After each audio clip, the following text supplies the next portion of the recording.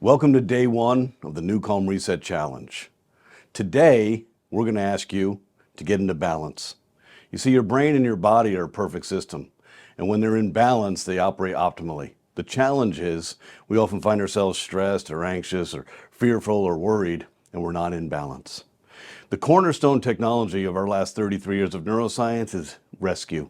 Rescue is going to oscillate or basically slow down your brainwave function into this healing zone called theta, which lies just above deep sleep. So today's task is simple. Find a safe, comfortable place, put an eye mask on your forehead, put a nice headphone on, select a rescue journey, maybe rescue 30. Give yourselves 30 minutes. That's right, 1/48 of the day, because you're worth it, and you're going to love how you feel. When you lay down and start your rescue journey, your mind's going to wander. This is not designed for you to fall asleep.